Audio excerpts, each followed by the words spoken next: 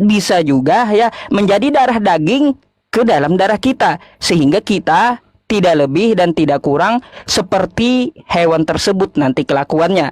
Ya, kelakuannya tidak beradab, terus ya, ya kelakuannya seperti itu ya, dia ya banyaklah hal-hal yang negatif dari babi tersebut ya.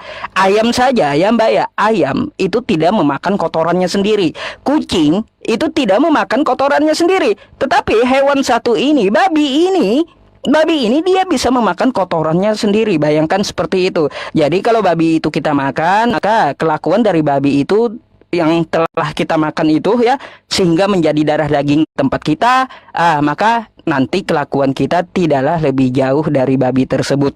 Nah, itu karena dampak kita memakan yang haram. Di hadis kami ya Mbak ya, di hadis kami, apabila sesuatu yang haram itu dimakan lalu menjadi darah daging di tubuh kita, maka tidak lain balasannya yaitu kecuali api neraka. Jadi seperti itu Mbak. Oh iya iya iya. Terima kasih Pak Ustadz. Penjelasannya sangat memuaskan saya. Nah, terima kasih atas pertanyaannya. Semoga Mbaknya dapat menerima jawaban tersebut ya. Karena apa, lebih banyak dampaknya, lebih banyak bahayanya daripada Anda memaksakan memakan daging enak yang telah dihalalkan ya, contoh daging sapi gitu ya. Gak perlu kita sampai memakan daging yang diharamkan gitu. Karena sejak zaman para nabi terdahulu sampai hari ini, daging babi khususnya tetap diharamkan gitu. Oh, gini Pak Mungkin Ustadz. ada pertanyaan lagi? Bagaimana kalau seandainya orang Islam yang tidak sengaja atau tidak mengetahui bahwa itu daging babi atau daging yang diharamkan bagi Islam, terus dia makan, itu gimana? Jadi begini, sesuai dalil ya Mbak ya, yang saya sebutkan tadi ya, innama harama alaikumul maitata waddama walahmal khinzir wa ma uhilla bihi li ghairillah faman ittara ghaira baghi wala adin fala isma alaih. Apabila dia terpaksa dan tidak mengetahui hal tersebut, lalu dia termakan ya daging babi tersebut, maka Allah memaafkannya. Kayak gitu. Contoh ya Mbak ya, contoh nih ya. Dulu saya mempunyai pengalaman nih Mbak ya. Saya mempunyai pengalaman, ibu masak saya itu, dia orang Kristen Protestan dulu ya.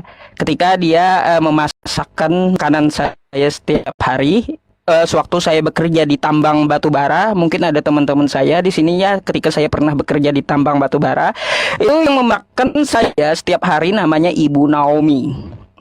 Dan beliau adalah Kristen Protestan. Dan di situ kan karena saya sendiri yang Muslim, kadang-kadang di wajan itu Mbak ya, saya tidak mengetahui ini daging apa kan kayak gitu. Karena jujur bos-bos saya pun itu memakan daging babi. Lalu saya satu dapur sama mereka, sama pemakan daging babi tadi. Karena kadang gini Mbak ya, kadang Ibu Naomi tersebut tidak ada di dapur, beliau sedang istirahat, tapi saya pengen makan gitu, tetapi saya tidak mengetahui yang dimasak ini daging apa gitu, kan kayak gitu. Lalu saya makan itu daging, setelah saya konfirmasi, ibu ini daging apa, daging babi. Saya pun pernah termakan daging babi tanpa saya ketahui Mbak.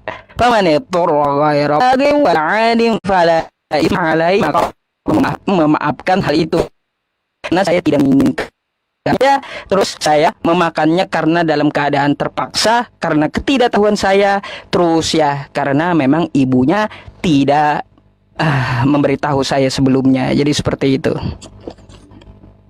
Oh iya iya. Iya. Terima kasih Pak Ustadz. Terima kasih atas penjelasan. Jadi dalilnya nanti dalilnya silahkan ya. Dalilnya itu Al-Baqarah ayat 173. Apabila terpaksa memakan daging tersebut, maka Allah memaafkannya gitu. Contoh ya, sedikit contoh lagi buat Mbak Kiki ya. Contoh ketika kita ada di padang pasir gitu ya, di padang pasir. Padang pasir itu tidak ada minuman, tidak ada makanan, tetapi kita udah 2 hari tidak makan kan kayak gitu. Lalu tidak ada juga itu, cuma ada babi satu-satunya.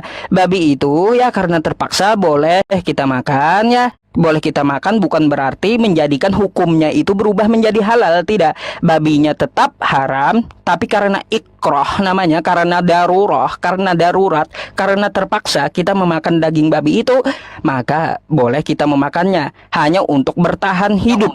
Tetapi tidak boleh sampai dibungkus bawa pulang kayak gitu, atau menjadikan bekal makanan selanjutnya, nggak boleh. Pada saat terpaksa, di saat itu saja, daripada dia mati lalu dia memakan daging babi. Daripada dia mati kan lebih banyak mudaratnya daripada dia memakan daging babi tersebut. Jadi makan saja, yang penting dapat bertahan hidup, kagak perlu dibungkus buat makanan selanjutnya, nggak boleh toh ya. Jadi seperti itu. Oke. Makasih Pak Ustadz ya. Baik. Sama-sama Mbak Kiki, Anda orang baik. Semoga saya mau tanya satu hal, boleh sama Mbak Kiki? Boleh Pak Ustadz. Apa Mbak Kiki tertarik dengan agama Islam? Tertarik sangat Pak Ustadz. Oh, tertarik. Baik. Ya, belajarlah terus gitu. Tetapi permasalahannya, saya bekerja di tempat orang, dia bukan orang Kristen, dia bukan orang Hindu, tapi saya tidak mengerti orang apa, intinya dia orang Cina. Jadi kita makan itu seperti dia makan daging babi, jadi campur-campur gitu Pak Ustadz. Jadi saya bertanya kepada Pak Ustadz, apakah saya haram atau bagaimana gitu. Mbak Kiki Kristen kan sebelumnya kan? Iya, tapi sekarang Islam. Oh, sekarang Islam.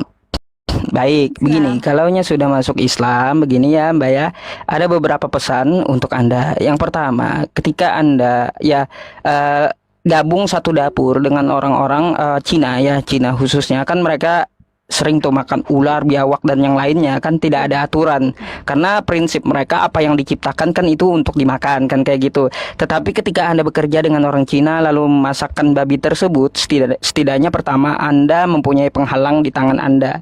Setidaknya Anda pakai sarung tangan gitu ya, sarung tangan terus masker. Nah, terus makanan Anda, gelas maupun piringnya itu dibedakan dari piring-piring mereka dan gelas-gelas mereka. Nah, jadi seperti itu. Ketika Anda memasakkan babi pakai panci ini, terus mereka gunakan piring-piring itu yang ada di rak itu kan kayak gitu, setidaknya Anda beli piring sendiri, terus Anda juga pakai gelas Anda sendiri. Ya, nah itu yang pertama Mbak Kiki. Yang kedua, ketika Anda sudah menjadi muslimah, setidaknya Anda tampil ke publik menjaga auratnya gitu ya, menjaga auratnya. Karena Mbak Kiki ya, 4 yang Anda seret ketika: satu, laki-laki umum; kedua, saudara Anda; ketiga, ya suami Anda; keempat, ayah Anda sendiri. Itu akan menyeret mereka semuanya ke dalam neraka ketika Anda tidak memakai hijab atau membuka aurat Anda. Jadi setidaknya tampil ke publik nanti ke depannya gitu ya, ada perintahnya di dalam Al-Quran, min jalabibihin, maka pakailah baju yang dari atas kepala sampai ujung kaki itu tertutup gitu.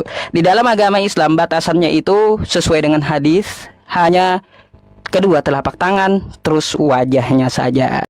Jadi seperti itu. Jadi Mbak Kiki kalaunya masuk Islam, alhamdulillah, syukur alhamdulillah, saudari kita bertambah gitu. Jadi nanti Mbak Kiki mungkin bisa saudara-saudari atau muslimah yang ada di sini ya bisa memberikan edukasi bagaimana batasan auratnya, terus bagaimana cara memasang hijabnya gitu. Nah, ketika Anda bekerja, kalaupun Anda bekerja di dalam rumah, tidak keluar rumah, tidak ada yang melihat Anda, ya no problem gitu. Silakan Anda tidak memakai hijab kalau di dalam rumah dan tidak ada yang melihat. Tetapi kalau sudah ada yang melihat ataupun itu di pandangan umum, maka sebaiknya Anda juga menjaga auratnya agar yang lain tidak terseret gitu ya Mbak Kiki ya. Iya Pak Ustadz, iya. Ya, saya mohon maaf Pak Ustadz atas kelancangan saya. Oke. Mohon maaf. Oh, enggak apa-apa. Kalaupun Anda tidak naik ke sini kan nanti Anda kan tidak tahu oh mana batasan aurat, oh kenapa daging babi itu haram kan.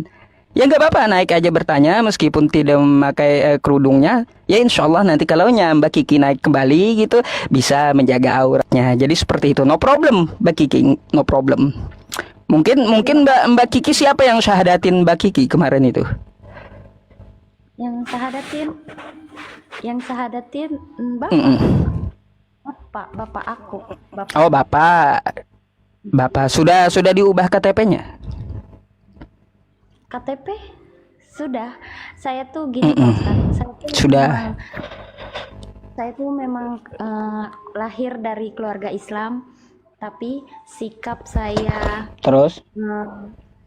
sikap saya terus saya tidak tidak tidak ada bedanya seperti orang Kristen. Soalnya saya juga manusia, mungkin manusia yang kurang Pak Ustadz. Saya jarang Mm-mm. melakukan ibadah sholat. Saya sering bohong tentang berpuasa. Saya sering menipu. Makanya saya tidak ada bedanya seperti orang Kristen Pak Ustadz. Saya Oh, tidak baik, tahu Pak baik. Ustadz. Begini, mungkin kita tidak bawa Kristen gitu ya. Jadi begini, sama saja dengan orang non-Muslim gitu, tidak menyebutkan agamanya. Karena mungkin teman-teman yang lain kan, oh protes, bukan cuma Kristen yang gak sholat kan. Jadi kayak gitu.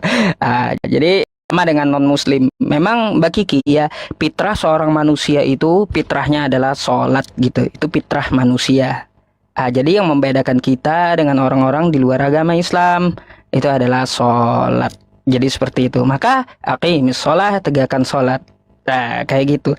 Karena apa? Ciri Islam itu, Mbak Kiki ya, dia mendirikan sholat. Ciri orang Muslim itu mendirikan sholat. Lihat para nabi terdahulu ya. Lihat para nabi terdahulu, perintahnya juga sudah sholat. Nabi Ibrahim diperintahkan oleh Allah Subhanahu wa taala di dalam Quran surah Ibrahim ayat 40, Robbi ja'alni muqimas shalah wa min dzurriyyati, dan dia berdoa ya Nabi Ibrahim itu semoga anak keturunannya selalu mendirikan sholat.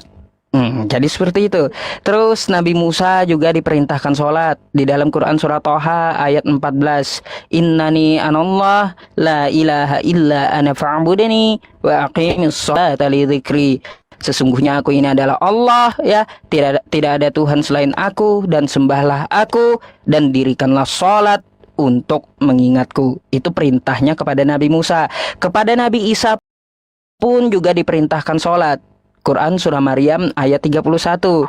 Wa ja'alani mubarakan aynama kuntu wa awsani bis sholati waz zakati ma dumtu hayya. Dan Allah Subhanahu wa taala menjadikan aku orang diberkahi dimanapun aku berada, kata Nabi Isa, dan dia memerintahkan aku untuk mendirikan sholat dan menunaikan zakat sepanjang hidupku. Jadi para nabi itu cirinya adalah sholat. Ciri orang beriman itu adalah sholat. Di Islam, Quran surah Al-Baqarah ayat 43, aqimis sholah wa atuz zakah warka'u ma'arraki'in, dan dirikanlah sholat serta tunaikanlah zakat ya, dan rukuklah beserta orang-orang yang ruku. Jadi ya, agama Islam itu cirinya pertama adalah sholat. As-sholatu imaduddin. Sholat itu tiang agama. Jadi seperti itu Mbak Kiki. Mbak Kiki, ada yang minta tes syahadat sama penontonnya keseluruhan itu Mbak Kiki. Coba di tes syahadatnya tuh. Bismillahirrahmanirrahim. Asyhadu alla ilaha illallah wa asyhadu anna Muhammadan Rasulullah. Betul Kak Pak Tahu Ustadz? terjemahnya? Aku bersaksi. Iya betul. Aku bersaksi tiada Tuhan selain Allah, dan aku bersaksi Nabi Muhammad adalah utusan Allah. Masya Allah. Terima kasih Mbak Kiki ya. Semoga kedepannya Mbak Kiki lebih banyak belajar agama Islam, dan semoga kedepannya nanti istiqomah di dalam agama Islam gitu ya. Mbak Kiki, doa saya bersama Anda ya. Semoga Anda istiqomah ya di dalam agama Islam dan terus belajar tentang agama Islam. Jangan sampai pekerjaan Anda melalaikan Anda untuk belajar agama Islam, karena di dalam agama Islam itu thalabul ilmi fardhatun ala kulli muslim. Jadi setiap muslim itu wajib belajar. Jadi usahakan nanti ketika bekerja ya 1 jam atau 2 jam disempatkan untuk belajar online dengan ustadz-ustadz tertentu gitu ya. Iya. Terima kasih Pak Ustadz, terima kasih. Baik, sama-sama. Semoga sehat selalu ya Mbak Kiki ya. Ya Pak Ustadz, makasih. Assalamualaikum. Baik. Waalaikumsalam warahmatullahi wabarakatuh. Jangan lupa hijabnya nanti ke depannya ya gitu ya, diterapkan hijabnya. Baik teman-teman semuanya, bagus ya edukasi dari kita di mana beliau menanyakan daging babi itu haram gitu ya.